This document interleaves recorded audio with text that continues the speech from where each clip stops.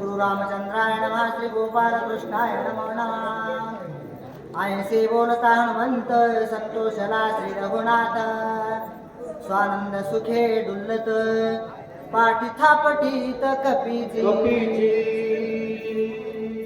या ठिकाणी परमपूज्य संत ग्रंथकर्ते एकनाथ महाराज कथेचा सिद्धांत सांगू लागलेले आहेत. या आंबेटाकळी येथे माँ जगदंबा आणि भगवान हनुमंतराय यांच्या पावन दरबारामध्ये आज तुम्ही सर्वजण प्रभूची कथा ऐकत आहात. बाबा या पुढे या खाली या इथे समोर या समोर या या इकडे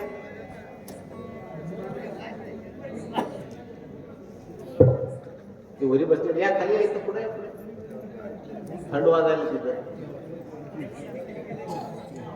परम शांती निर्विकल्प होती अशा शेतीशी संयुक्त असणारा काम क्रोध मोह मद मत्सूर राक्षसांचा शत्रू संसार सागरावर तत्वबोध रूप शेतू बांधणारे भगवान प्रभू रामचंद्र त्यांचा निष्णात भक्त मारुतराय यांच्या दोघांच्या संवादामध्ये मारुतरायला विनंती करण्यात आली.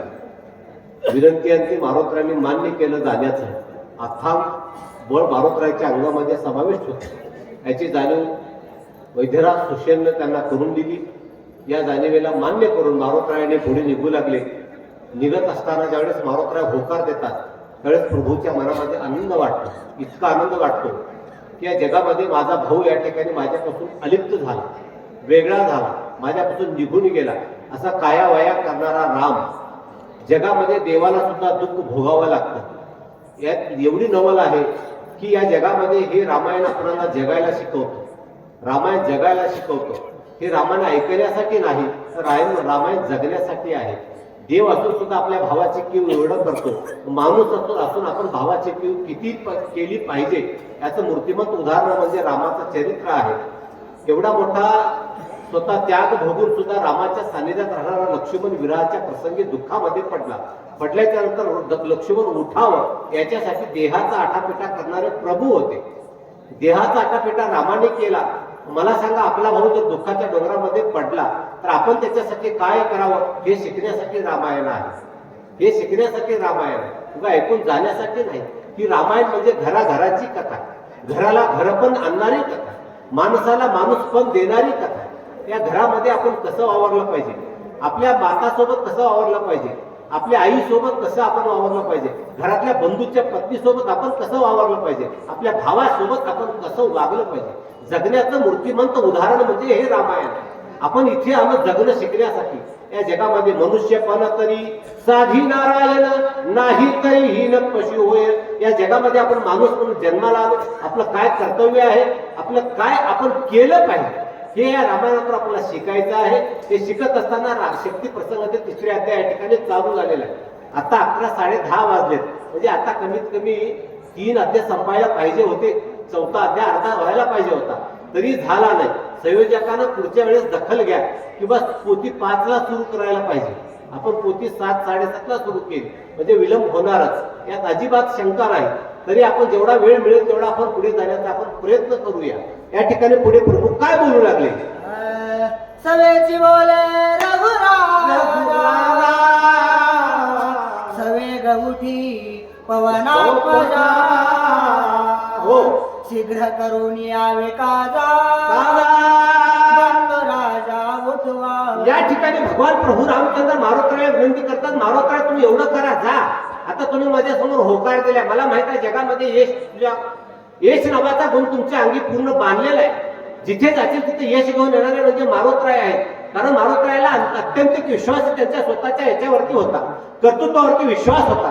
ज्यांच्या कर्तृत्वावरती विश्वास असतो ती माणसं जगामध्ये यश संपन्न बनतात. यात अजिबात शंका नाही. याची जाणीव मारुतरायाला होती. मारुतराय तुम्ही जा म्हणल्या मारुतरायाला आनंद वाटला. मारुतराय पुढे जाण्यासाठी सज्ज होऊ लागले. स्वस्थ सो तुझे चित्त स्वस्थ सो जीवित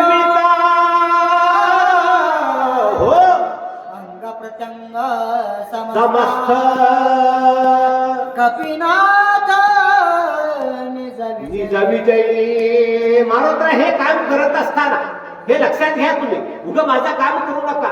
माणसं दुसऱ्याला काम सांगत असताना दुसऱ्याचा जीव धोक्यात आला तरी चालतंय, पण माझं काम झालं पाहिजे ह्या वरतीचे माणसं जगामध्ये आहे. पण प्रभूचे शब्द आहे का, तू जात असताना काय कर, स्वस्थ असो तुझे चित्त. तुझ्या मनाला दुःख वाटून देऊ नको. तुझं मन अगोदर सांभाळ. जगामध्ये सगळ्यात पवित्र वस्तूमध्ये मन आहे. माणसाचं मन जर सकारात्मक विचार जर करत असेल तर निश्चित आपल्या जगामध्ये आपल्या हातून सकारात्मक कामे होतील. याला स्वस्थ कर मनाला. एवढंच नको तुझं जीव धोक्यात घालून माझं काम करण्यामध्ये अजिबात अर्थ नाही. हे माणसानं शिकलं पाहिजे बघा. हे एक गुण माणसाने घेतला पाहिजे याच्यातला, की आपल्या काम होण्यासाठी दुसऱ्याचा आधार घ्यावा, की दुसऱ्याचा आधार इतका घ्यावा की त्याचा जीव गेला तरी चालेल पण माझं काम व्हावं. ही प्रवृत्ती आजच्या माणसाची आहे. ही प्रवृत्ती कुठेतरी आपण त्यागली पाहिजे. हे प्रभू म्हणतात तुझ्या जीवाचं रक्षण कर, स्वस्थ चित्त ठेव आणि जा, मग माझं काम कर, असं प्रभू मारुतीला बोलू लागले. स्वस्ति असो तुझं लागे, कल्याण असो सर्वांगे, सर्वदा विजयी जगे, हो सर्वांगे सुदृढा. तू सुदृढ आहे त्यात अजिबात शंका नाही.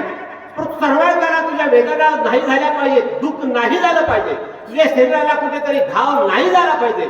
असं माझा एवढं स्वस्थपणानं तू माझं काम कर, असं भगवान प्रभू रामचंद्र मारुतीला पुन्हा पुन्हा स्मरण करून देऊन पाठवण्यासाठी सज्ज होऊ लागले.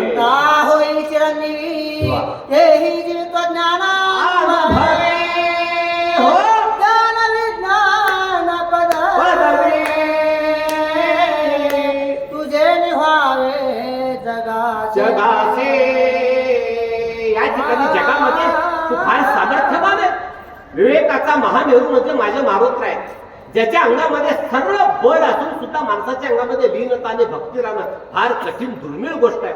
मारुतीच्या अंगामध्ये बळ होत, एखाद्याच्या अंगामध्ये बळ असून सुद्धा माणसं जगाला काय मी निर्बळ समजून स्वतःचं बळ जगामध्ये दाखवण्यासाठी लोक प्रावीण्याने मिरवतात. पण माझ्या मारुतीच्या अंगामध्ये बळ असून सुद्धा नम्रता, लीनता, सुस्वभावता अशा अनेक गुणाचा ठाव म्हणजे माझे मारुती आहे. मारुती आहे. तुम्ही जगामध्ये जगानं तुमच्या समोर ज्ञान घ्यावं, विज्ञान पदवी म्हणजे जगामध्ये नाविन्यपूर्ण जे जगामध्ये सामावलेलं जे ज्ञान आहे त्या ज्ञानाचा अधिकारी संपन्न पुरुष म्हणजे तुम्ही मारुतीराय आहात. हे जगानं तुमच्याकडून शिकावं एवढा मोठा अधिकार तुझा आहे बाबा, असं या ठिकाणी भगवान प्रभू रामचंद्र मारुतीला बोलू लागले. आता मी तुझा देतो आशीर्वाद, पूर्वीचा तुझे बळ, प्रताप कीर्ती अति प्रसिद्ध, ऐक सावध सांगेन. मारुती या ठिकाणी तुमच्या अंगामध्ये फार बळ आहे. मी आशीर्वाद देण्या इतका आहे, देण्याच्या पलीकडचा तुझा अधिकार आहे. पण मला असं वाटतंय की मी तुला जात असताना काहीतरी मी तुझ्या पाठीवरची आशीर्वादाची थाप मारावी. आशीर्वादाची थाप याच्यासाठी मारावं, एखाद्या माणसाला पुढे काम करण्यासाठी प्रेरणा मिळावी, त्या कामातून त्याला यश मिळावं. यशाच्या मार्गाने गेला असताना, सत्याच्या मार्गाने गेला असताना निश्चित यशाचं तेथे दार आहे. म्हणून मारुतीराय मी तुम्हाला छोटंसं मी तुमच्या काय करतो, एक माझा आशीर्वाद मी तुमच्या पाठीशी देतो, असं प्रभू या ठिकाणी बोलू लागले. बाळपण्या कळीला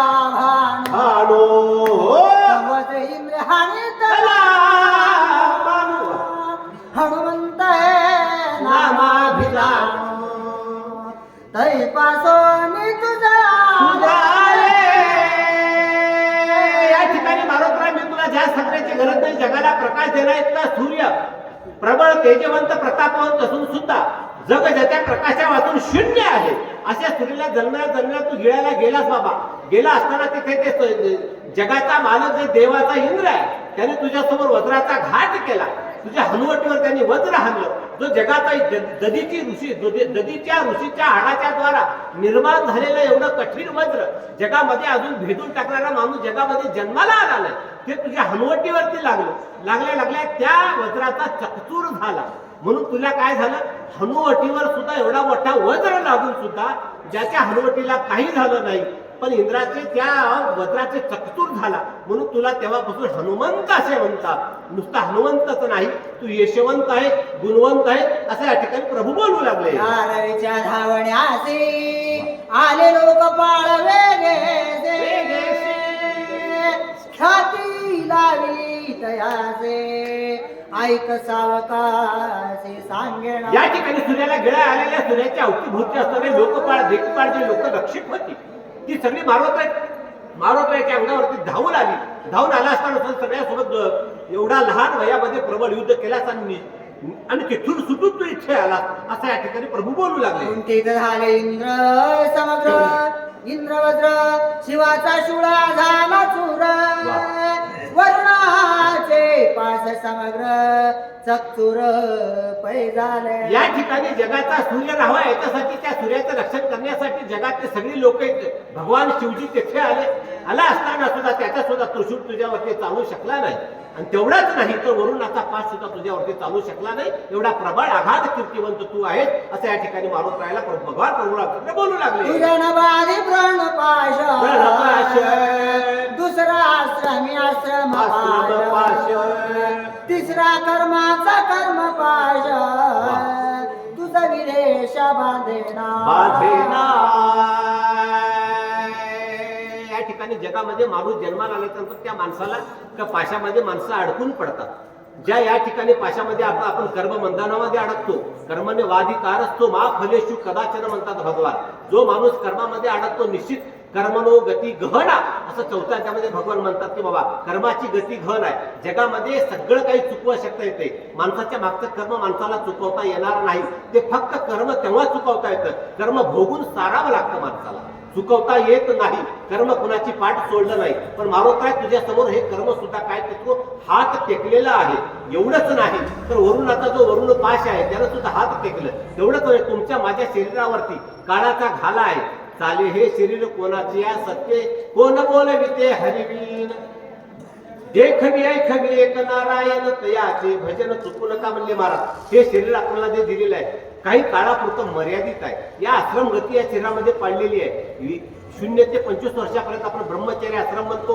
25 ते 50 वर्षापर्यंत आपण ग्रस्ती म्हणतो. आणि 50 ते 75 वर्षापर्यंत आपण वानप्रस्थी जीवन जगतो. आणि 75 ते 100 वर्षापर्यंत आपण संन्यासी जीवन जगणं हे माणसाचा मानव धर्म आहे.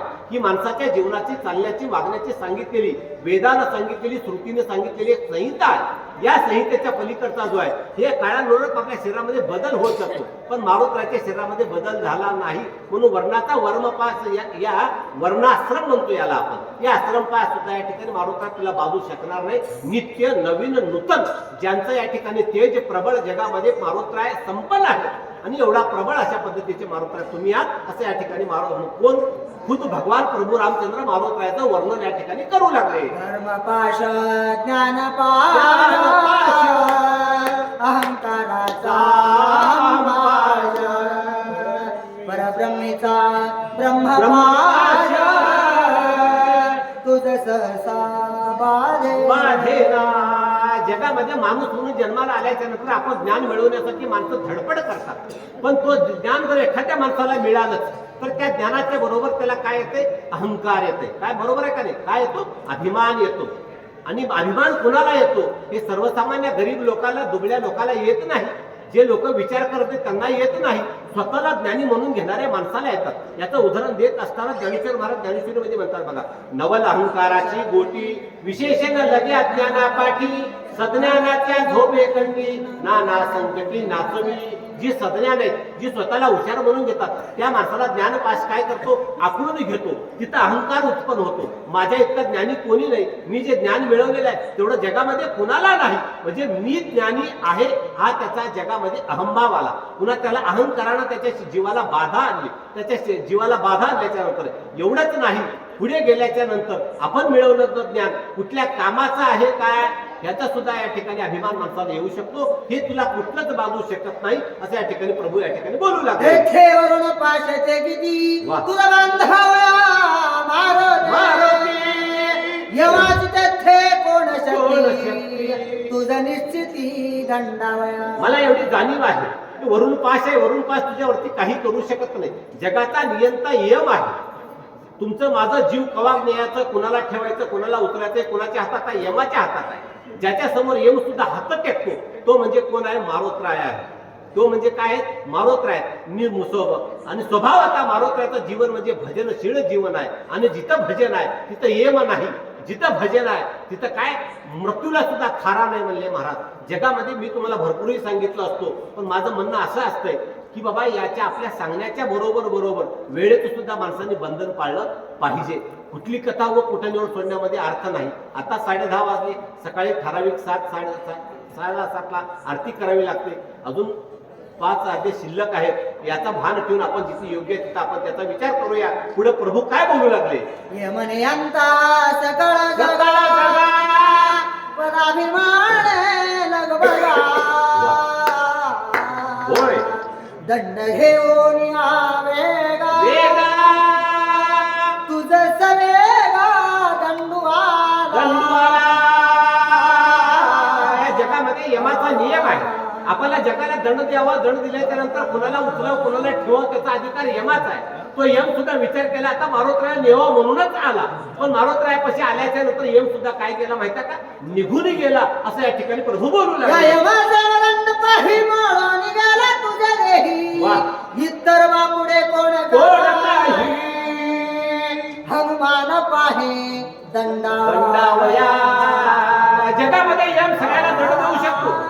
यम जगा काळ खाय आम्ही माथा दिला पाय म्हणजे तुकाराम महाराज. जगाला काळ खाऊ शकतो, पण आम्ही माथ्यावर पाय देऊन त्या काळाच्या सत्तेवर आम्ही मिरवलेलं आहे असं एखादा महान भक्त असा सांगू शकतो. त्या भक्ताच्या ऐरीतला म्हणजे माझे मारोत्र आहेत असं या ठिकाणी प्रभू बोलू लागले. अग्निवायू कुबेर चंद्र सर्वही झाले तुझे किंकर एवढा दट साचार हनुमान वीर तिही लोके. या जगामध्ये सगळे जे देव लोक आहेत सगळे तुझे किंकर तुझे सेवक झाले. तेव्हाच माणूस सेवकत्व दासत्व कुणाचं स्वीकारतो.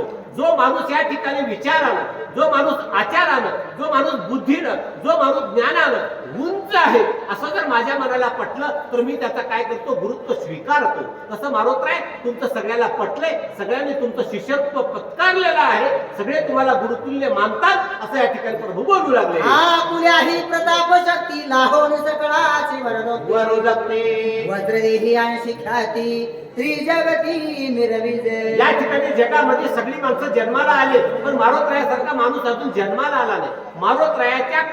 मारोतरायाच्या लहानपणाच्या धाडसाचं कौतुक करून सगळ्यांनी मारोतरायाला आशीर्वाद दिला. काय आशीर्वाद दिला, तू वज्रदेही होशी. या जगामध्ये वज्रदेही कोणी नाही.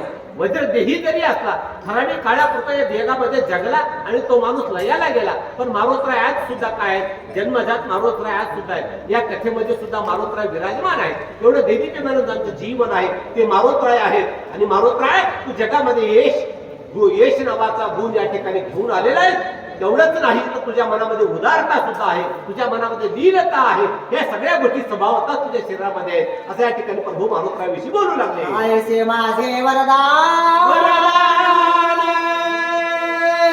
आतुर्बळी वायुनंदना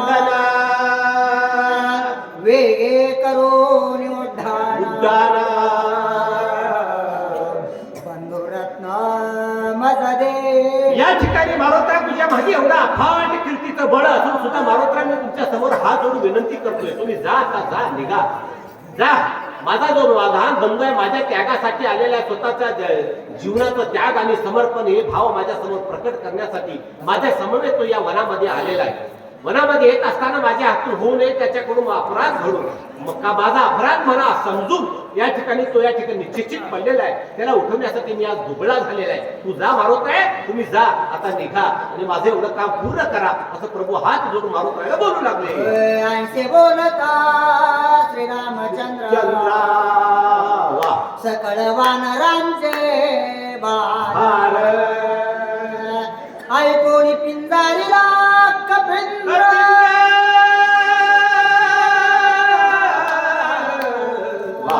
अति भ्यासुर भासत. या ठिकाणी जगाच्या मालकानं मारोतराच्या समोर हात जोडून विनंती करावी, विनंती केली. देव आहे, जगाचा देव आहे, त्यांनी हात जोडून विनंती केलेला माझा पाठीराखा, माझा माझा भाऊ ज्यांनी मला सखा मानला. वनवास रामाच्या इशाऱ्याला लक्ष्मणाच्या इशाऱ्याला वनवास आलेला आहे. जो राज्याचा भोग सोडून राज्याचा त्याग करून आज भावाच्या पाठीशी जाणारा म्हणजे लक्ष्मण आहे.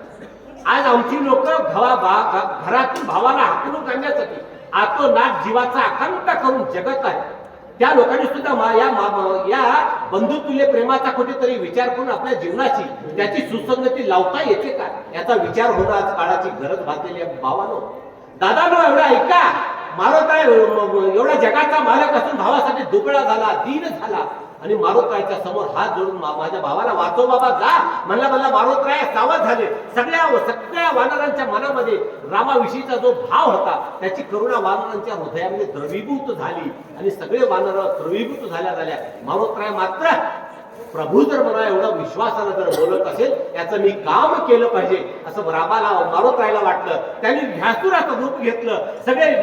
सगळं पिंजारल्या रोमावळी अशा या ठिकाणी महाराजांनी त्या शब्दात कौतुकात वर्णन केलं. सर्व रोमांचित केस झाले. मारुतराय आवाढव्य रूप घेऊन मारुतराय काय करू लागले.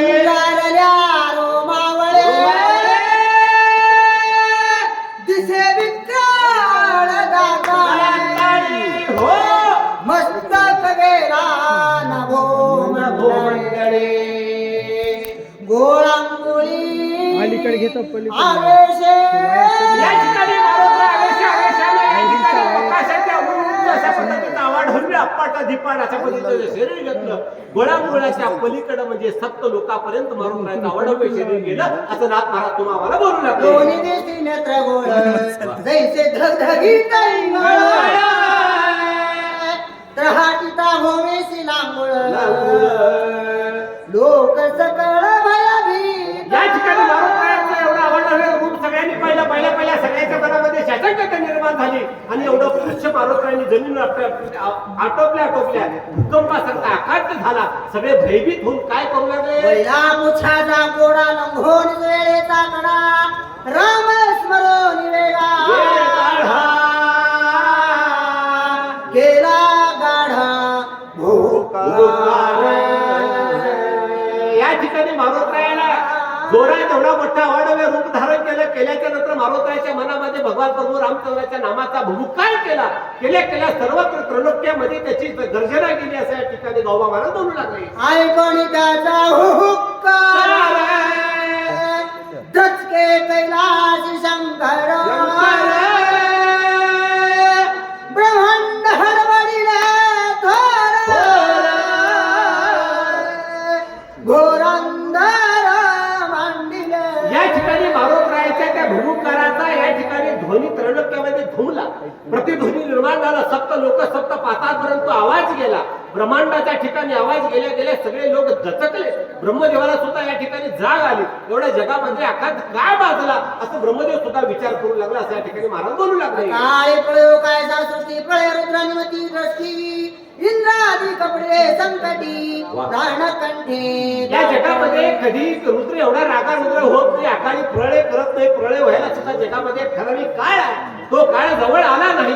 जवळ न येताना सुद्धा कदाचित भूमी लयाला जाईल. हे जग बुडून जाईल असा भास माझ्या मनामध्ये का झाला असं ब्रह्मदेव अचंकित झाला. एवढंच नाही तर भगवान शिवजी सुद्धा काय झाले विचारात पडले. भगवान इंद्र सुद्धा देवाचा राजा मी जगाचा मालक आहे. सगळं जग माझ्या ताब्यात आहे. ताब्यात असून सुद्धा एवढी धरित्रीमध्ये एवढा आकाश का माजला असा विचार या ठिकाणी प्रभू करू लागले. खतले सागरी वृक्ष ब्रह्मती गगनागरे हो उद्धान करिता कपिकेशरी सुरासुरी आकाश. या ठिकाणी मारुतराय या ठिकाणी मोठे नट असा आवाढव्य रूप घेऊन जात असताना मारुतरायाच्या नुसत्या वाऱ्यानं झाडं कडे खचून जाऊ लागले असं महाराज बोलू लागले. सप्तसागरा खळवळा धरला पाहे रसातळा अकांत जीव मात्रा सकळा गोळांगुळाचे निधान. या ठिकाणी मारुतराय जाण्याच्या वेगानं आकाशामध्ये एवढं वेग निर्माण झालं. त्या वेगानं भरमान होता नुसत्या आवाजानं सप्तसागरातलं जो पाणी हेलावलं. पाणी हेलावलेल्या जगामध्ये काय झालं जग असं हलू लागलं. असा हडबड अवस्था निर्माण झाली. असं मारुतरायच्या जाण्याच्या वेगानं एवढा प्रचंड असा ध्वनी निर्माण होऊन एवढं या ठिकाणी कंप पावला असं या ठिकाणी महाराज बोलू लागले. राम नाम स्मरण सवेग केले उद्धार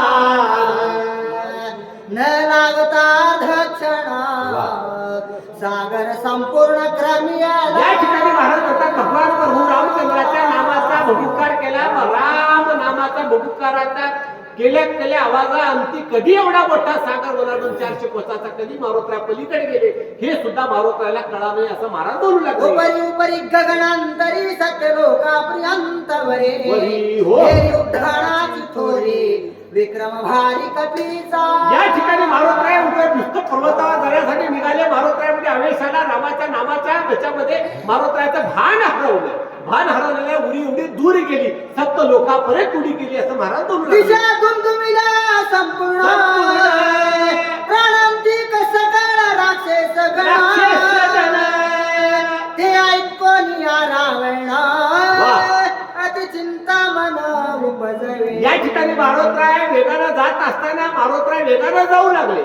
याचा आनंद वानराला झाला, याचा आनंद रामाला झाला, पण रावणाच्या मनामध्ये मात्र दुःख आलं. काय दुःख आलं? मी कदाचित लक्ष्मणाला रणांगणाच्या ठिकाणी पाडल्याच्या नंतर लक्ष्मण मेला असं समजलो. लक्ष्मण जर मेला तर राम मरेल, राम जर मेला अयोध्येचं राज्य सगळ्या माता मरतील, बंधू लक्ष्मण सगळ्या मागचा विषय सगळा झाला ना आता. मग हे माझ्या मनामध्ये करून शांत बसलो होतो, पण आता निश्चित कोणतरी गेलं म्हणजे जाऊन औषधी आणणार. या जगामध्ये एवढा हुशार रावण होता, फार ज्ञानी होता, पंडित होता, त्याच्यासारखा जगामध्ये पंडित झाला नाही. एवढाच नाही तर ब्राह्मण धर्म जपणारा माणूस रावण होता. कधीतरी आपण विषय आला तर पुन्हा बोलूया. म्हणे गेलिया कपिंद्र आणि औषधे समग्र उठविल्या सौमित्र श्रीरामचंद्र नाटोपे. या ठिकाणी राजा रावणाच्या मनामध्ये शंका निर्माण झाली. राजा रावण शंका कुशंका निर्माण करू लागला. राजा रावण म्हणतोय बाबा जर लक्ष्मण जर उठला मला गेला असं वाटला. आता लक्ष्मण उठण्याला मारुत्र्या कारण ठरतील. निश्चित मारुती गेलेला म्हणजे निश्चित तो काय घेऊन येईल, औषधी घेऊन आल्याशिवाय राहणार नाही. कारण मारुतीच्या शक्तीचा परिचय राजा रावणाला होता. का होता तर जगामध्ये मारुत्र्या रामाच्या अगोदर लंका पाहिलेला व्यक्ती म्हणजे मारुत्र्या, सीतेच्या नंतर लंका पाहणारा व्यक्ती म्हणजे मारुत्र्या, अंगदाच्या नंतर लंका पाहणारा व्यक्ती म्हणजे मारुत्र्या. हे सगळं माहित होतं रामाचा. राजा रावणाला मारुत्र्याच्या शक्तीचा जाणीव होती. आता इथे गेला म्हणजे तो घेऊन येणार म्हणून त्याच्या मनामध्ये आता लक्ष्मण निश्चित उठणार. मग आता याच्या पुढे मी काय केलं पाहिजे असं राजा रावणाच्या मनामध्ये कल्पना आली आणि राजा रावण काय करू लागले. एकमेका परिस वीर रणयोद्धे कर्कश अवघे मिळाल्या युद्धास मग आम्हास प्राणांत. या ठिकाणी राजा रावण म्हणतोय की रामाच्या सैन्यामध्ये एक बलवान असे युद्ध आहे. फक्त राजा रावणाला 2च युद्धांचा परिचय झाला होता. एक अंगद शिष्टाई करण्यासाठी गेला. अंगद शिष्टाई करण्यासाठी गेल्याच्या नंतर अंगदा म्हणला तू का मला मारणार आहेस का असा राजा रावणाचा साधा प्रश्न होता. मी तो सांगणार नाही. 14 लोकांना माणसाने मारू नये, तू मेल्यात जमा आहेस, तुला मारण्याची गरज नाही, तुझ्याकडे 14 अवगुण आहेत असं तुलसी रामायणामध्ये तो विषय तो प्रसंग येतो. फार मोठा दृष्टांत आहे. राजा रावण म्हणला मी एवढ्या नगरीचा राजा आहे, माझ्याकडे सगळे देवलोक कामाला आहे, तरी तू मेल्यात जमाईस म्हणलं. कोण? एक वानर. मेल्यात जमाईस, तुला मारण्याची गरज नाही, तू आधीच मेलेला आहे असं म्हणून गेलं. म्हणजे याच्याकडे शक्ती काय असेल याचा अंदाज त्याने लावला होता. आणि त्याचबरोबर आता मारुत्र्याच्या शक्तीचा अंदाज तिथे जाऊन होताच. म्हणून त्याला पुन्हा वाटलं की मी आता याच्या पलीकडे काहीतरी केलं पाहिजे. असे एक नाही अनेक योद्धे रामाच्या जवळ आहेत. ह्या योद्ध्याला मी युद्धामध्ये समोरासमोर मारू शकत नाही, तर यांना कपट नीतीनेच मला मारावं लागेल. आता जर लक्ष्मण मेला, दुःख हे माणसात सगळ्याला वाईटाला कारण आहे. ज्यावेळेस दुःख येतं त्यावेळेस माणसाचा आत्मविश्वास जातो, त्यावेळेस माणूस लयाला जातो. ज्यावेळेस दुःखी माणूस होतो तो रणगाराच्या ठिकाणी धीर देऊ शकत नाही. म्हणून या ठिकाणी मरतील असं मला वाटलं, पण तसंही माझ्या हातून काही घडलं नाही. मग मी काय केलं पाहिजे याचा राजावर विचार करू लागला. आता काय करू विचार हो प्रधान मारिले समग्र इंद्रजितार्य कया कुमरे कुमर मारिले. राजा रावण म्हणतोय माझ्याकडे आता शिल्लक एकही प्रधान राहिला नाही. माझा कुमार गेला. कुमर मारिले. माझ्या कुमाराचे कुमार म्हणजे माझ्या मुलाचे मुलं सुद्धा युद्धामध्ये गेले. मला आता माझ्याकडे शिल्लक कोणी राहिलं नाही, मी एकला राहिलो असं राजा रावणाला वाटू लागलं, दुःख वाटू लागलं. आणि खरं सांगतो तुम्हाला, ज्यावेळेस आपल्यावरती संकट येतो, संकटाच्या वेळेस आपल्या जवळल्या माणसाची माणसाला आठवण येते आणि या संकटाच्या प्रसंगाच्या ठिकाणी आपली जर जवळली माणसं आपल्या पाठीमागे राहत नाही, आपल्या शत्रूच्या जर समोर असतील अथवा आपल्या शत्रूच्या जर सोबत असतील त्यावेळेस त्याच्या मनाला अफाट दुःख होतं आणि ते दुःख राजा रावणाच्या मनाला झालं. पुढे रावण काय करू लागला? चिंतित रावण करू विसरला भोजन, उसरला उदक पान, अति चिंता. आणि राजा रावणाच्या मनामध्ये फार चिंता आणि जगामध्ये सगळ्यात घालत माणसाच्या देहाला संपवायला कारण माणसाची चिंता आहे. या जगामध्ये चिंता हे माणसाच्या मेलेल्या मुर्द्याला जाळू शकते, तर चिंता हे माणसाच्या जिवंत शरीराला जाळण्याचं साधन आहे. ती चिंता राजा रावणाच्या मनाला लागली. काय लागली? चिंतेमध्ये राजा रावण जेवण विसरला. जेवण नाही, ज्या माणसाला स्वभाव होता घडी घडीला पाण्याची आवश्यकता लागते, जे शरीर आपल्या पाण्यावर पोचलं जातं ते पाणी सुद्धा राजा रावणानं विसरून गेलं आणि मी काय करावं याचं भान त्याच्याकडे राहिलं नाही. अशा ठिकाणी महाराज बोलू लागले.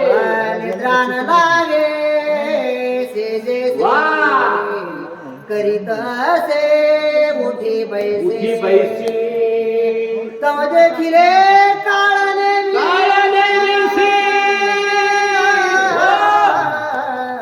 राजा रावण इकडे तिकडे फिरू लागला. फिरत असताना राजा रावणाच्या मनाला दुःख आला. मी काय करावं, काय करू नये याचं भान राजा रावणाकडे राहिलं नाही.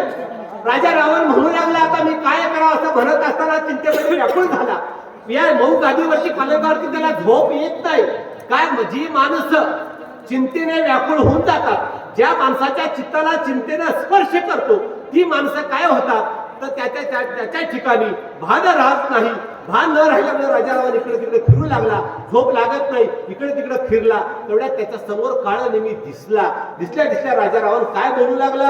मुखे सरतीला दाडा विकट विक्रा धगधगीत नेत्र गोळा. राजा रावण पाहिलं त्याला 4 तोंड आहेत. 4 तोंड आहेत. 4 तोंडानं काय खाऊ लागलेलं आहे? मांस भक्षण करू लागले, लाळ गळू लागलेले आहे. ज्याचे मोठे मोठे आवाड हवे अशा प्रकारचे डोळे गर गर गर गर फिरू लागलेले आहे. अशा पद्धतीने त्याचं वर्तन पाहिल्या निश्चित हे माझं काम करू शकतो असं राजा रावणाच्या मनाला वाटलं. पुढे राजा रावण काय करू लागला? मुखे समसमित अति दीर्घचारी हात केश निळ कठीण तेत उभे दिसत. या ठिकाणी इकडे तिकडे पाहिलं असताना आवाढव्य आकार दिसतात, त्याच्यानंतर केस मोकळे दिसते आणि असा चमचम अशा माळा लाल लाल लाल मासाच्या गोळ्या खाल्ल्या. पाहिल्या काय वाटू लागलं? अति तिकट दाडाचारी मुख समान पर्वत दरी खापरांचा काळा शरीरी मुखे चारी समसमी. या ठिकाणी सगळं समान आहे. आवाढव्य आकाराचा तो राक्षस मूर्ती त्याच्या समोर दिसला. नुसते राक्षसाची मूर्ती नव्हती, तो कपटाची मूर्ती म्हणजे तो होता असं महाराज.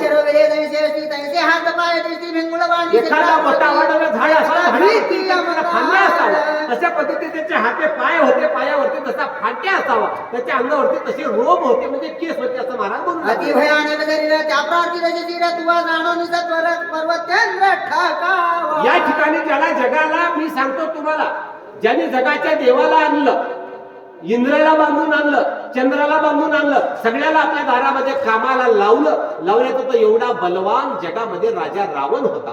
तो राजा रावण भीक मागू लागला. पुन्हा पुढे एखाद्या राक्षसा हात जोडून भीक मागतोय. भीक मागून काय म्हणतोय? बाबा एवढं माझं काम कर.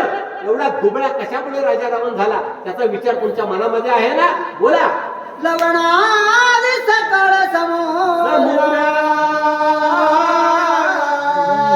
कुशद्वीप समग्र लंघोनी अक्षीर समुद्र पर्वतेंद्र ठाकावा. राजा रावण सांगतो काळलेली जा.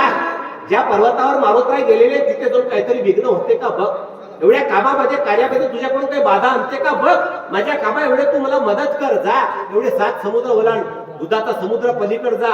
गेल्या तर तिथे एक पर्वत आहे, त्या पर्वतावरती दिव्य औषध आहे, तो तिथे आणायला गेलाय ना बाबा, तिथे जा.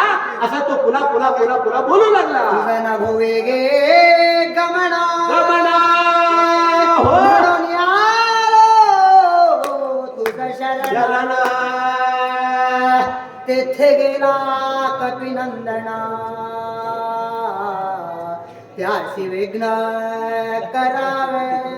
या ठिकाणी जगाचा मालक राजा रावण तो बोलतोय. मी जगाचा मालक का म्हणतो? ज्याला आपण जगाचे मालक समजतो ती मालक त्याच्या दारामध्ये कामाला आहे. मला सांगा, देवाचा राजा इंद्र ज्याने देवाला सांभाळलं, त्याला सोडून त्याच्या दरबारामध्ये कामाला गेला. का कामाला गेला? उभं गेला नाही.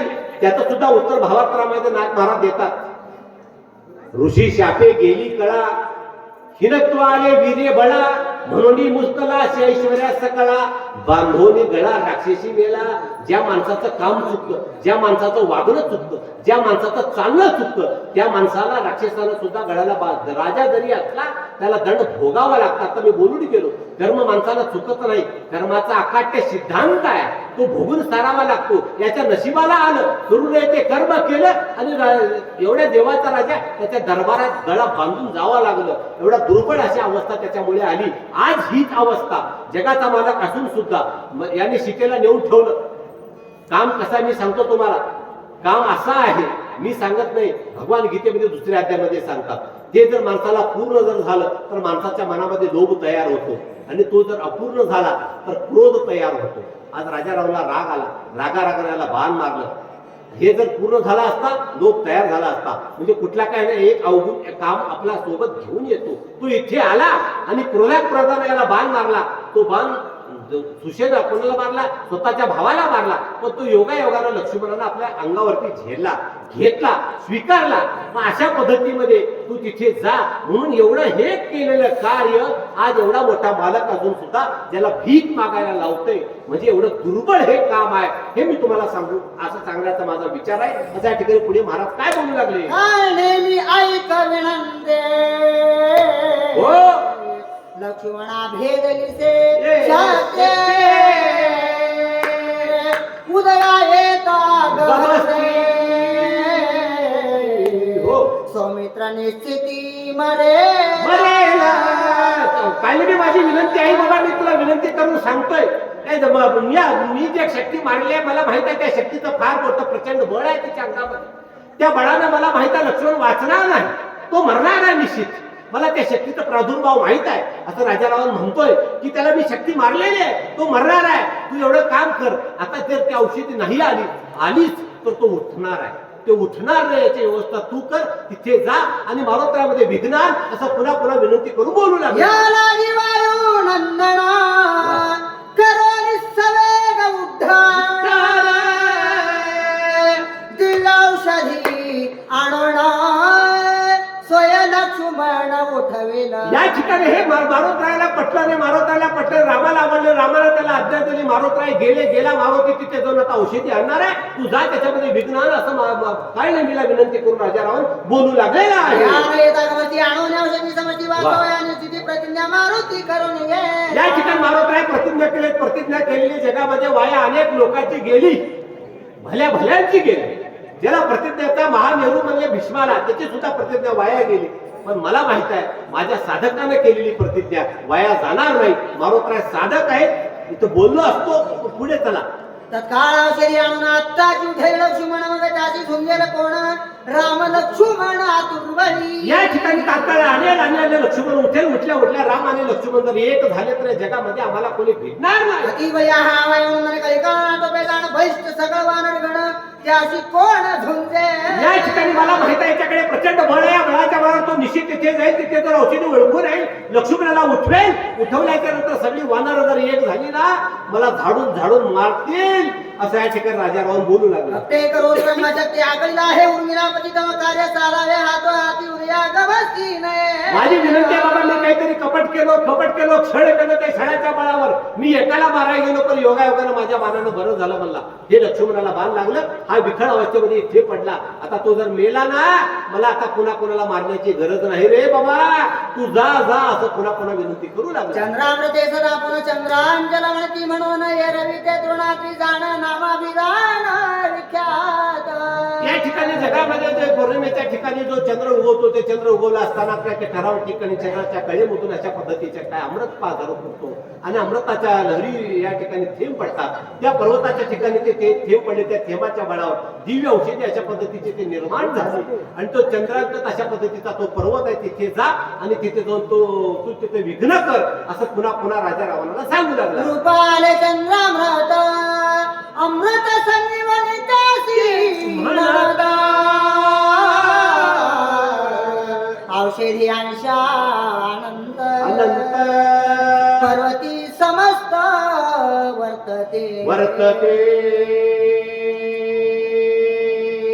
या ठिकाणी जो दैत्याचा आणि देवाचं जे धुरंधर भांडण झालं त्या अमृत कलशाच्या मधून भांडातून काहीतरी अमृत कलशातून अमृत त्या ठिकाणी सांडलं गेलं. ते अमृत त्या पर्वताच्या ठिकाणी पडलं गेलं. पडल्याच्या नंतर तिथे दिव्य औषधी तयार झाल्या. त्याच्यामध्ये नाम संजीवनी नावाचं हे दिव्य औषध आहे. ते एखाद्या मेलेल्या माणसाच्या अंगावर कधी लावला असताना सुद्धा माणूस सचेतन व्हावा, जीव त्याला निर्माण व्हावं एवढं दिव्य औषधी तिथे आहे बाबा. आणि तिथे असे अनेक प्रकारचे औषधे असं त्या पर्वताची ओळख करून पर्वताची ओळख राजा रावण काळिमीला करून देऊ लागला. गेला कपिनंदन बहुमाया करोनी आपण त्याची करावे विघ्न सूर्योदय जवा न होय. एक काम कर बाबा, जा तिथे जोपर्यंत सूर्य उगवणार नाही तोपर्यंत काहीतरी माया कर, काही कर, कपट कर, काही कर, पण त्याच्यामध्ये कार्यामध्ये तू विघ्न आण असं पुन्हा पुन्हा राजा रावण काळिमीला बोलू लागला. हे मायेचे लक्षण जटाधारी बलबलावरण सर्वांगी भस्मोत्तोलन असाधारण ऋषिवेश. या ठिकाणी तिथे जा, तिथे गेल्यानंतर काय कर, जटा निर्माण कर, केस वाढव, एखाद्या ऋषीचं रूप धारण कर आणि एखादा जप केल्यासारखं कर, कथा सांगितल्यासारखं कर, महाराज हो असं या ठिकाणी म्हणू लागला. तापस वेश धरोनी पूर्ण करावा श्रम निर्मा गोवावया कपिनंदना मायापण करावे. या ठिकाणी काय कर, काही कर, पण तू काय कर, त्याला गोवून ठेव, म्हणजे त्याला कर्मणिकीचं साधन तू बन, साधू बन. माणूस शरीरानं साधू होऊ शकतो, जगामध्ये माणूस वृत्तीनं साधू झाला पाहिजे. इंद्रियामध्ये शिथिलता आणून माणूस साधू झाला पाहिजे. मी तुमच्या समोर एक दृष्टांत ठेवतो, बघा पडतंय का. एक राजा होता. त्या राजानं आपल्या छोट्या असं एक करून वेगळ्या प्रकारचे मासे त्या आपल्या छोट्या सरोवरामध्ये आणून टाकल्याच्या नंतर ते दररोज थोडे मासे कमी होऊ लागले, थोडे मासे कमी होऊ लागले. राजा म्हणला, मी अनेक प्रकारचे मासे टाकले, माशाचा आकार मोठा झाला होता, पण कालांतराच्या नंतर मासे अचानक इथे निघून जातात. का निघून जातात बाबा, कुठे जात असतील असं म्हणा. तर त्याच्यासाठी रक्षण ठेवले, राखाय करा माणसं ठेवली. माणसं ठेवला असताना आळीपाळी लावली, जास्त लोक घालू लागले, घालत असताना सुद्धा मासे कमी होऊ लागले. त्याच्या मनामध्ये प्रश्न पडला की मासे कुठे जाऊ लागले, मासे काय जाऊ लागले, कसे काय जाऊ लागले असा मनामध्ये प्रश्न पडल्याच्या नंतर राजा मला, मीच एक दिवस गस्त घालण्यासाठी येतो. एक माणूस आपला वेश पाठवून तिथे यायचा, गुपचूप जाळ्यामध्ये मासे धरायचा आणि घेऊन जायचा. मग राजा आला, मी स्वतः या तळ्याचं रक्षण मी करणार असं विनंती करून राजा आल्याच्या नंतर तो माणूस माशा धरून जाळी वरी आणणार. तो पत्र राजाचं त्याला पाहिल्या तो म्हणाला, आता मला राजा जर पकडला तर मला दंड देईल, शासन देईल, देहांत प्रायश्चित मला भोगावं लागेल. म्हणून तो काय केला, ताबडतोब त्या सरोवराच्या कडेला आला आणि येऊन त्यांनी असं ध्यान धारणा केली. एखाद्या ऋषीचं रूप घेऊन असं तटस्थ बसला, त्यांनी मुद्रा लावली, सुखासन घातलं, त्या आसनामध्ये बसू लागला. राजा जवळ आला, वा, माझ्या नगरीमध्ये जप तप करणारी लोक आहेत, भजन करणारी लोक आहेत, म्हणून माझी नगरी आहे असं राजाला वाटून राजा म्हणाला. त्याच्यानंतर तो कशासाठी आला होता, मासे चोरून नेण्यासाठी आला होता. पण वेशानं काय झाला, साधू झाला. साधू झाल्याच्या नंतर त्यानं ठरवलं, या नगरीचा राजा काय असतो, देव असतो. काही ठिकाणी भूदेव असं नाव राजाला आलेलं आहे, म्हणजे देव असतो. त्यानं जर मला साधू म्हणलंय, आजपासून मी चोर नाही झालं पाहिजे, आजपासून मासे चोरले नाही पाहिजे, मी साधूच झालो पाहिजे असा निश्चय त्यांनी केला. आणि त्यांनी करून तो साधू काय झाला, साधूच झाला. पण यांची वृत्ती तशी नव्हती, तो मुळात राक्षसी वृत्तीचाच होता. मग तो जरी वेशाला जरी साधू झाला, मनानं साधू होत नाही. वृत्तीने साधू होत नाही. जगामध्ये वेषांतर करून माणसाला महाराज होत नाही. काय भुललाची वरली या रंगा म्हणले महाराज, अंगा लावोनी राख. आता पुढचं तुम्हाला माहित आहे, मी बोलण्याची गरज नाही तुम्हाला. अशा जगामध्ये साधू बनण्याची वृत्ती आहे ती साधू बनण्याची. वेशावरून साधू ठरत नाही, भाषेवरून साधू ठरत नाही. भाषेवरून म्हणजे काय, जी माणसं गोड बोलतात, जी माणसं हुशार झाली, जी माणसं ज्ञानी झाली, तुम्हाला 4 गोष्टी जर सांगू लागली, त्यांच्या साधुत्व दिसू शकत नाही. साधुत्व ही एक उच्च अवस्था आहे, ती सगळ्यामध्ये येऊ शकत नाही दादांनो. ती आली योगायोगानं ज्याच्या अंगामध्ये आली समजा, तो खरा जगामध्ये साधू झाला. आणि साधू होऊन तेथे जा असं विनंती केली. पुढे तो काय मी काय करू लागला, फळे सुशीतळ जाळा, सुंदर वृक्ष सुपरिमाळा,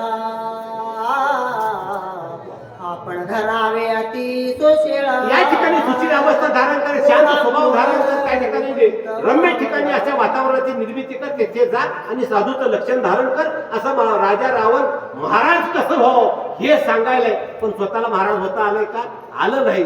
मी जगामध्ये सांगणं फार सोपं आहे, सांगणं फार सोपं आहे. मला वाटतंय जगामध्ये सगळ्यात सोपं जर काय असेल, दुसऱ्याला उपदेश करणं आहे. सांगणं फार सोपं आहे, पण वागणं फार काय आहे, कठीण आहे.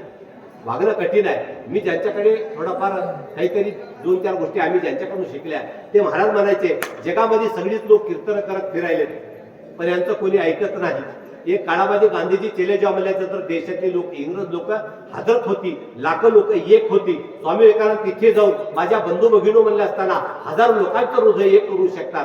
पण एवढी महाराजा कीर्तन करून सुद्धा जगात काही बदल होत नाही, कोणी काही सुधरत नाही. याचं काय असा अर्थ आहे महाराज, असं काय होते म्हणलं असताना, साधू असा आहे विषय.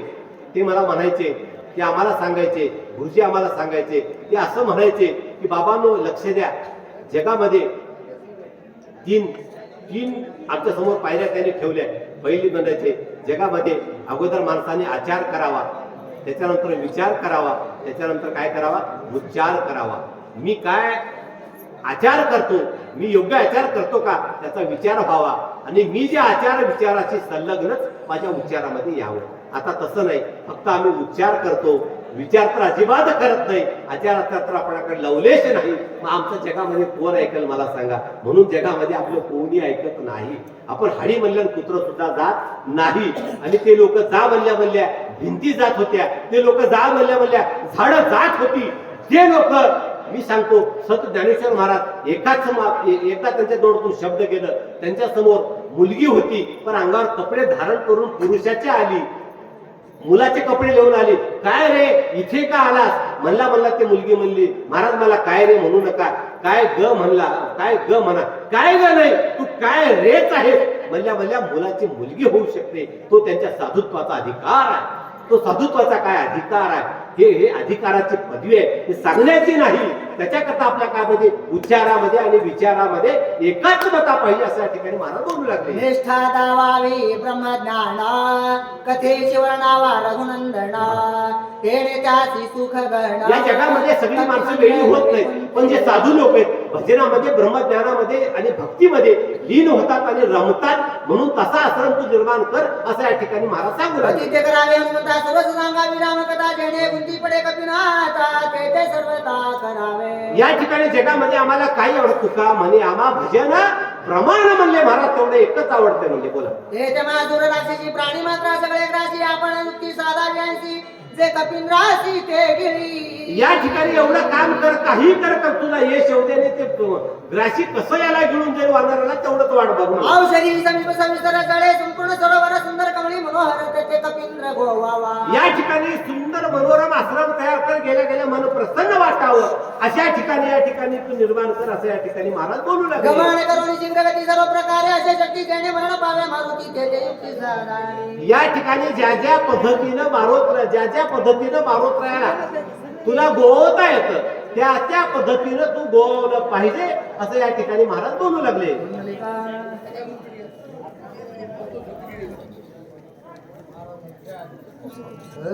गमन करोनी शीघ्रगती सर्व प्रकारे असे शक्ती, जेणे मरण पावे मारुती ते युक्ती साधारी. या ठिकाणी तुझ्याकडून ज्या गोष्टी करता येतील त्या तू गोष्टी केल्या पाहिजेत असं या ठिकाणी महाराज या ठिकाणी बोलू लागलेले आहेत. महाराज हे बोलत असताना ह्या अध्यायापासून असं म्हणलं जातं की गौवा महाराजांचा हा विषय आहे.